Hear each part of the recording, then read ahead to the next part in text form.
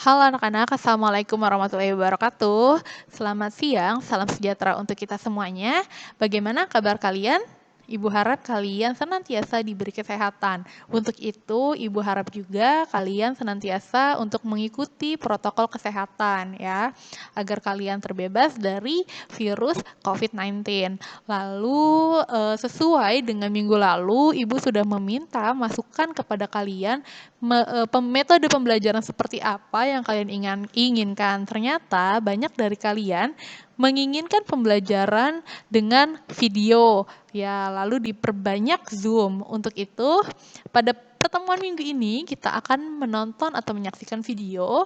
Nah, pada video ini akan ada tugas. Jadi, mohon diperhatikan tugasnya.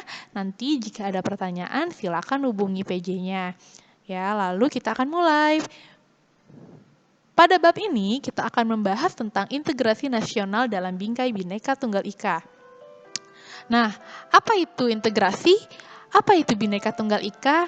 Nah, untuk kalian tahu, maka kalian harus wajib menyaksikan video ini dengan sebaik-baiknya. Kita mulai pembelajaran. 1, 2, 3. Fokus semuanya.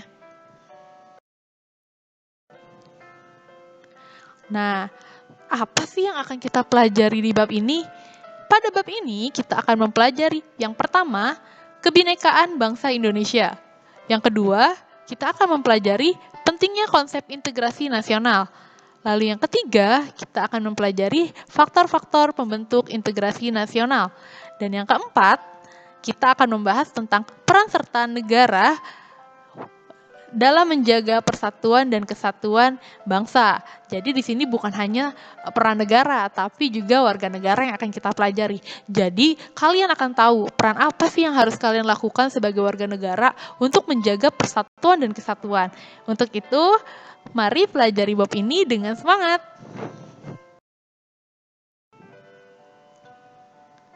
Hayo anak-anak, ada yang tahu ini gambar apa? Ini adalah gambar burung Garuda ya. Nah, bisa dilihat di bawah kaki Garuda itu megang apa sih? Megang kata-kata Bhinneka Tunggal Ika. Nah, apa itu Bhinneka Tunggal Ika? Saya yakin kalian sudah sering mendengar kata Bhinneka Tunggal Ika, yaitu walau berbeda-beda tetapi kita tetap satu.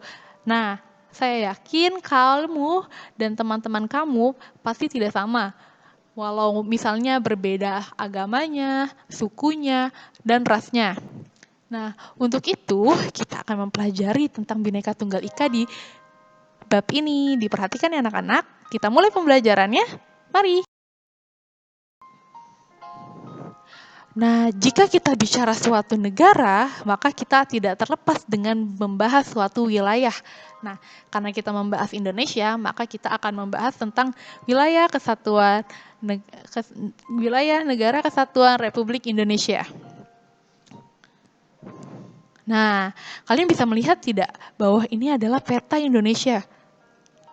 Jika kalian perhatikan bahwa Indonesia ini tidak merupakan satu daratan, tetapi terdiri atas pulau-pulau yang terpisahkan oleh lautan dan selat.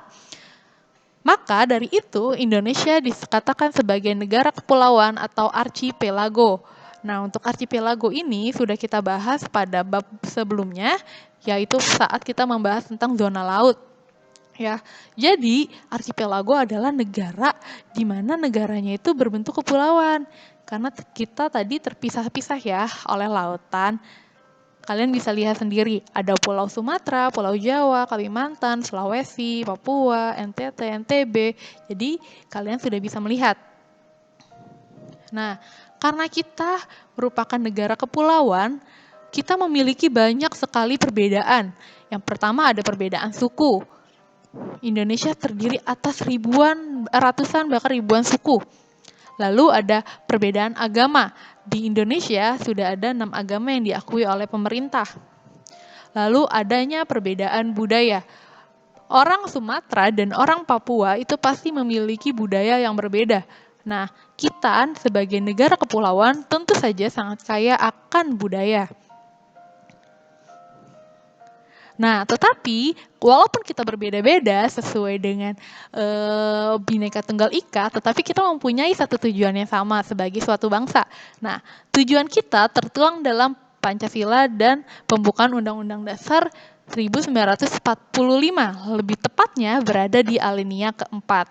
Untuk lebih jelasnya, kalian bisa buka undang-undang kalian, lalu kalian baca ya, pembukaan Undang-Undang Dasar 1945. Nah, pembahasan itu akan kita bahas besok ketika kita Zoom. Jadi, Ibu harap kalian benar-benar membaca. Nah, tadi kan kita sudah bicara bahwa Indonesia adalah bangsa yang beragam. Pada dasarnya, keberagaman masyarakat Indonesia menjadi modal dasar dalam pembangunan bangsa. Oleh karena itu, sangat diperlukan rasa persatuan dan kesatuan yang tertanam di setiap warga negara Indonesia. Tadi sudah kita jelaskan, kita sudah bicarakan bahwa Indonesia adalah negara yang beragam. Nah, lalu faktanya bagaimana nih? Sayangnya, masih ada banyak konflik yang terjadi dengan mengatasnamakan suku, agama, ras, atau antar golongan tertentu yang terjadi di Indonesia. Lalu bagaimana cara kita untuk mengatasinya? Kita sebagai warga negara harus memiliki komitmen dalam menjaga persatuan dan kesatuan. Ya, jadi kalian sebagai anak muda, sebagai warga negara, kalian harus memiliki komitmen yang tinggi, persatuan dan kesatuan. Oke, jangan ada bully-bully, misalnya mengatasnamakan ras, suku, dan agama. Walaupun kita berbeda, tetapi kita satu. Ya, jadi jangan ada yang ngata-ngatain teman, misalnya dia suku A dikatain sama suku B, ih hitam loh, ih dekil loh, itu nggak boleh ya, karena itu sama aja kita sudah mencoreng komitmen kita sebagai warga negara untuk menjaga persatuan dan kesatuan. Nah, kalian harus tahu bahwa persatuan itu sangat penting loh dalam keberagaman, memiliki arti yang sangat penting. Persatuan dalam keberagaman harus dipahami oleh setiap warga masyarakat agar dapat menunjukkan hal-hal sebagai berikut. Yang pertama, kehidupan yang serasi, selaras, dan seimbang. Ketika tadi tidak ada yang menghina antar suku A dan suku B, maka kehidupan yang akan dijalani masyarakat akan serasi, selaras, dan seimbang karena tidak ada satu suku yang menyakiti suku lain maupun orang yang beragama A menyakiti agama lain ya. Lalu pergaulan antar sesama lebih akrab. Coba deh, kalau misalnya kalian sering menghina suatu kelompok, golongan, ras, suku, atau agama, ketika ada konflik, ketika kalian mengata-ngatai atau menghina, maka akan timbul konflik. Ya, jika kalian menjaga persatuan dengan tidak menghina, dengan toleransi, dengan saling menghormati, maka pergaulan kalian itu akan lebih indah, lebih serasi, lebih akrab. Lalu perbedaan yang tidak menjadi sumber masalah. Nah, kita harus mengetahui kodrat manusia adalah berbeda. Nah, berbeda itu bukan untuk saling memusuhi, tetapi untuk saling menghargai, saling menghormati. Nah, kalau kita sudah menghormati, maka tidak adalah yang menjadi awal atau sumber dari konflik itu, karena kita selalu menjaga perdamaian. Lalu pembangunan berjalan lancar. Karena apa? Karena kalau kita hidupnya serasi, selaras, maka pembangunan yang dilakukan akan berjalan dengan baik. Seperti itu. Oke, kita lanjut. Nah, di sini kebinekaan bangsa Indonesia itu bukan hanya ada loh tujuannya, tetapi kita juga mempunyai beberapa alat persatu bangsa. Ya, alat yang persatu bangsa itu yang pertama ada dasar negara. Dasar negara kita apa? Dasar negara kita adalah Pancasila. Harus diingat ya, nanti kalau ditanya dasar negara, nanti jawabnya yang aneh-aneh. Ya, jadi dasar negara kita adalah Pancasila. Yang kedua, kita mempunyai bendera Indonesia. Bendera Indonesia ada berapa? 1, yaitu yang merah putih. Jadi kalian harus paham bahwa bendera itu sebagai alat pemersatu bangsa kita.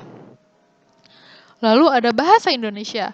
Walaupun kita terdiri atas banyak suku bangsa, di dalam suku bangsa itu menggunakan bahasa daerahnya masing-masing, tetapi secara nasional kita menggunakan bahasa Indonesia sebagai alat pemersatu bangsa. Coba bayangkan jika tidak ada bahasa Indonesia, orang Jawa ngomong dengan bahasa Jawa, orang Sumatera ngomong dengan bahasa Sumatera. Ketika bicara atau ngobrol, apakah akan sama ataukah pesan yang ingin disampaikan oleh orang Jawa ke orang Sumatera ini akan ditangkap dengan maksud yang sama di orang Sumateranya? Tentu tidak, karena perbedaan bahasa tadi.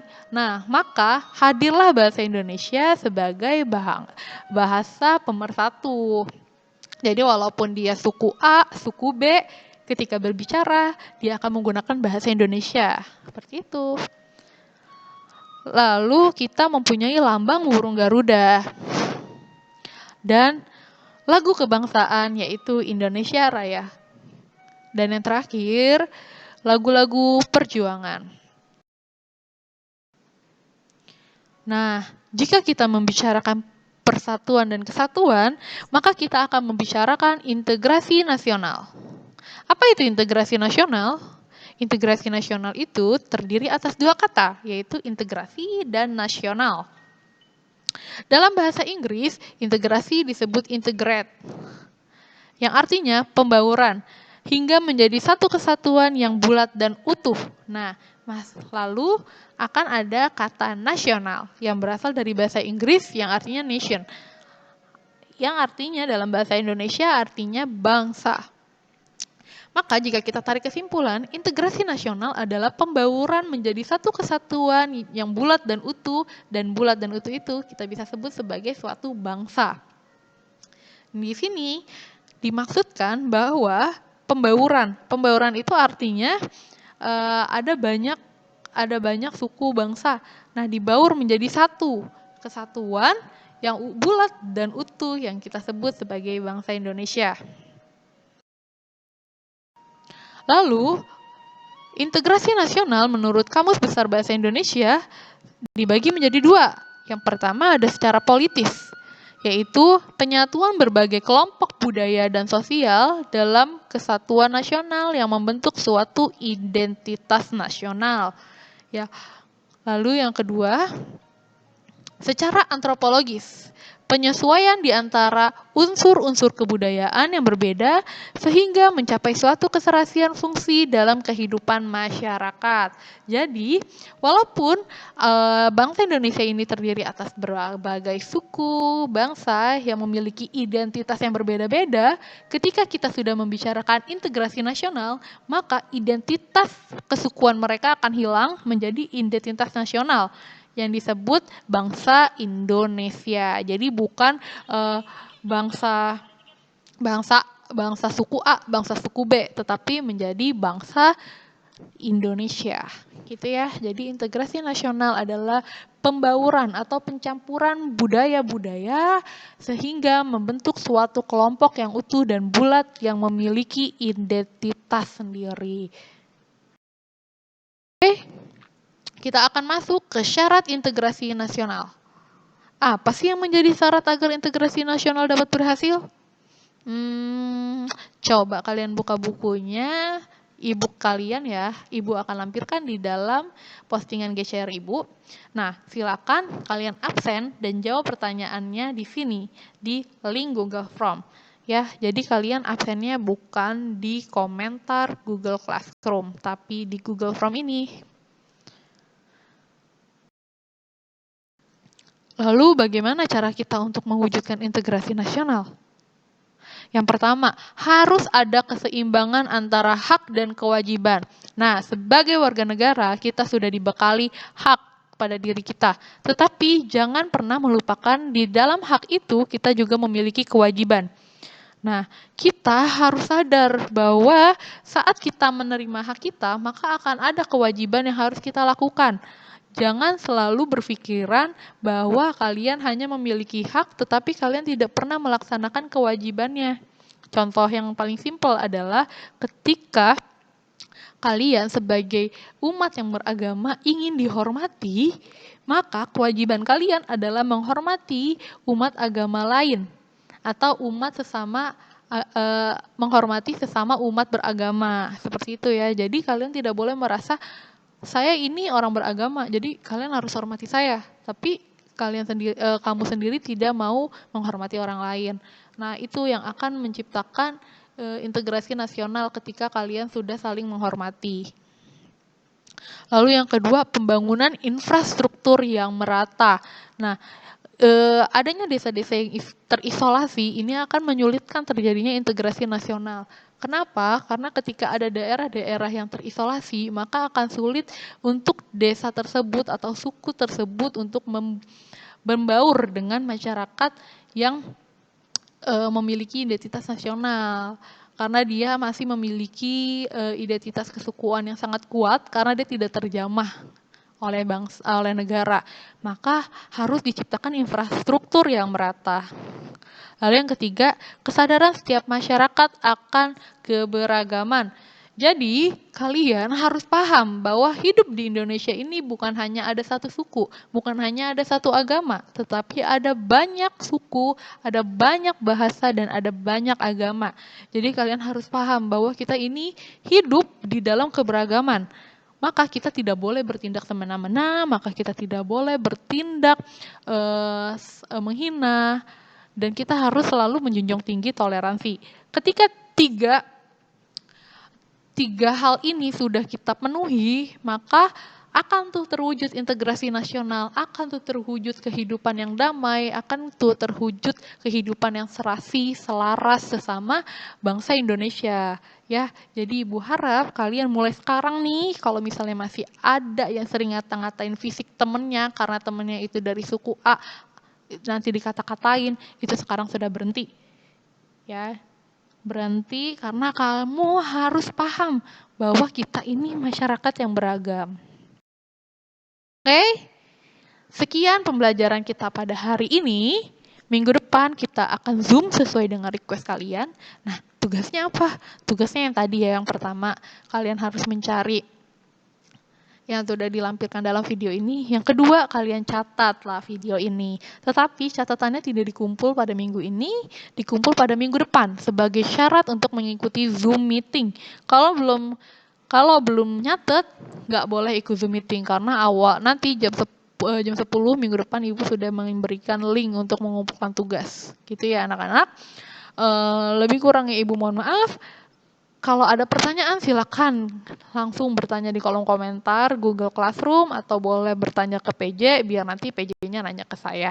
Oke, lebih kurangnya Ibu mohon maaf. Wassalamualaikum warahmatullahi wabarakatuh. Selamat siang.